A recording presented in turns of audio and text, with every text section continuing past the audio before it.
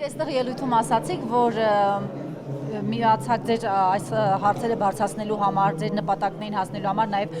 իշխող հանրապետականի հետ կոալիցիա կազմեցիք եւ դա այդ գինը եղավ, ինչ գին եղավ։ Գիտեք, մենք շատ լավ գիտակցում էինք, որ այն դժգոհությունը, որ գոյություն ունի, առաջի հասցեատերը իշխանությունն է։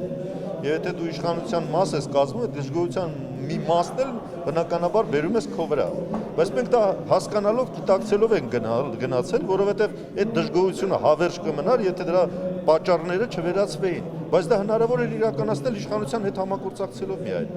Հիմա ով որ իդեպ ինչ որ բանի հասել է եւ արդյունք արձանագրել, չէ, որ խոսում են այսօր օրինակներ կարող բերեմ, ավանների վերադարձ, ընտրական համակարգի փոփոխություն, հիմա մի մասն էլ արտաքին քաղաքականության մեջ Ղարաբաղի թեզերն է պաշտպանում, չէ, որ այսօրվա պաշտոնական Երևանի մոտեցումներն են։ Դա ինչի հաշվին են կատարել։ Կատարել են համագործակցության հաշվին, չէ։ Ով կարող էր առանց իշխանությունների հետ համագործակցելու ավանդերի փոխհատուցում ունենալ, ընտրական այս օրենսգիրքը ընդունել։ Այսինքն այդ բոլորը բոլորի համար կարելի է, բայց երբ որ դաշնակցությունը ավելի լուրջ, ֆունդամենտալ հարց է լուծել, ընտրական համակարգ փոխելով նաև փոխել է կառավարման համակարգը, այդ ինչ որ մարդկանց մոտ տարակուսանք է առաջացնում, ուրիշ ձև եղանակ չկար։ Անցած շաբաթ իշխող հանրապետականը ասաց, որ միայն դաշնակցության հետ է քննարկել հետընտրական կոալիցիա կազմելու հարցը։ Նախ ձեր շանսերը ինչպես եք գնահատում հայ հեղափոխական դաշնակցության եւ հետո ինչ որոշումներ կկայացնեք կոալիցիայի հետ կապված։ Հետընտրական կոալիցիայի հետ կապված քննարկումներ չեն եղել։ Մեր խնդիրը շատ հստակ է, մենք միշտ համագործակցության հետ կապված ունենք մեր սկզբունքային դիրքորոշումը։ Մենք ունենք նպատակներ, եւ այդ նպատակները, եթե համաձայնություն է առաջացնում մյուսների հետ, մենք իրենց հետ համագործակցում ենք։ Օրինակ տվյալ պահին մենք նախկինում դա 7 կետերներ ընդունեց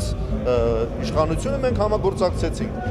Հիմա օրինակի համար մեր հիմնական երկու պահանջներն է, որ դնում ենք այս ընտրությունների հետ կապված։ Առաջինը անշրջելի պետք է դառնա այն ինչ որ մենք սկսել ենք, այսինքն այս համակարգը չփոխեն հետ շուռ տալ, նորից տանել նախագահականի, այդպիսի կոչեր հնչում են։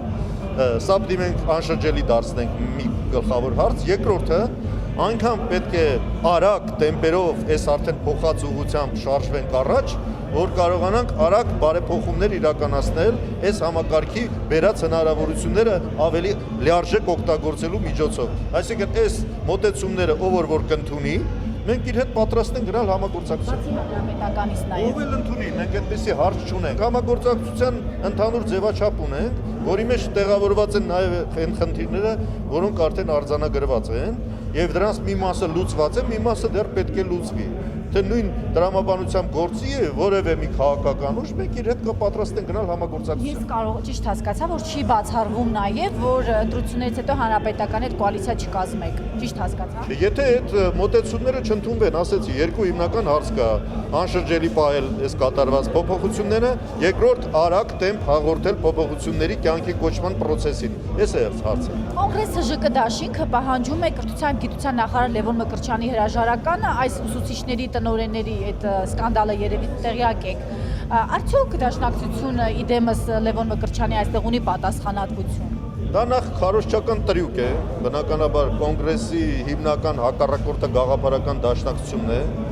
իրենք ուրիշ բաներ չունեն, դաշնակցության դրոշը իրանց համար կարմիր լաթ է,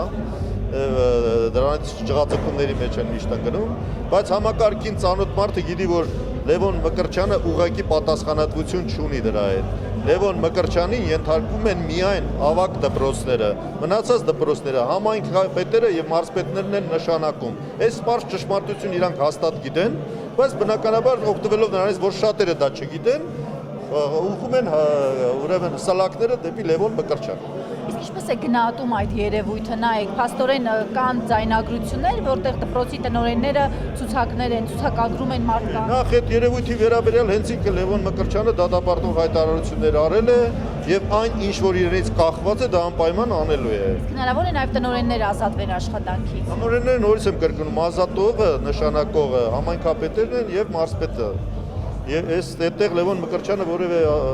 լիազորություն չունի, բայց կարող է ահազանգ հնչեցնել կապված այս դեպքերի մասով, ինչն էլ կատարել է։ Նույնն էլ մենք ենք ասում, որ այո, սա անթույլատրելի է։ Ընդհանրապես այսօր մեր ընտրողը պետք է իմանա, որ սա նախորդ ընտրությունների նման ընտրություն չի։ Այստեղ իր քվեն իսկապես արժեք ունի եւ սա բան փոխող ընտրություն է։ Այնպես չի որ այդ ժամանակ ընտրություններից սովորել են որ բան չի որոշում իր քվեարկությունը, դրա համար ձայնը ծախում էին ծիծաղելի գներով։ Այսինքն հիմա այդ վիճակը չի, դա պետք է ինկալեն հասկանան եւ չտրվեն այդ գայթակղությանը ընտրակաշարքին, ճնշումներին։ Գնան քվեարկին իրենց խղճը։ Մենք ժողովրդին կոչ ենք անում, որ այս ընտրություններին լրջությամբ վերաբերվեն, որովհետեւ անընդհատ խոսել, դժգոհել, բայց գնալ նույն այդ դժգոհության հակառակն անել, ուրեմն դու հավերժացնում ես քո դժբախտ վիճակը։ Այսինքն այս խնդիրները մենք բացատրում ենք ընտրողից։ Դե դժվարությունը այն է, որ ընտրողն ինքն է այսօր փնտրում որոշ ընտրողներ կան իհարկե, որոնք քիչ չեն, ընտրում են ընտրակաշարք տվողին,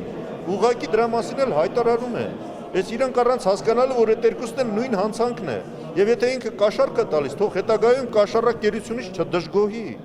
Ինքն է նպաստում, որ երկրում կաշառակերությունը արմատավորվի։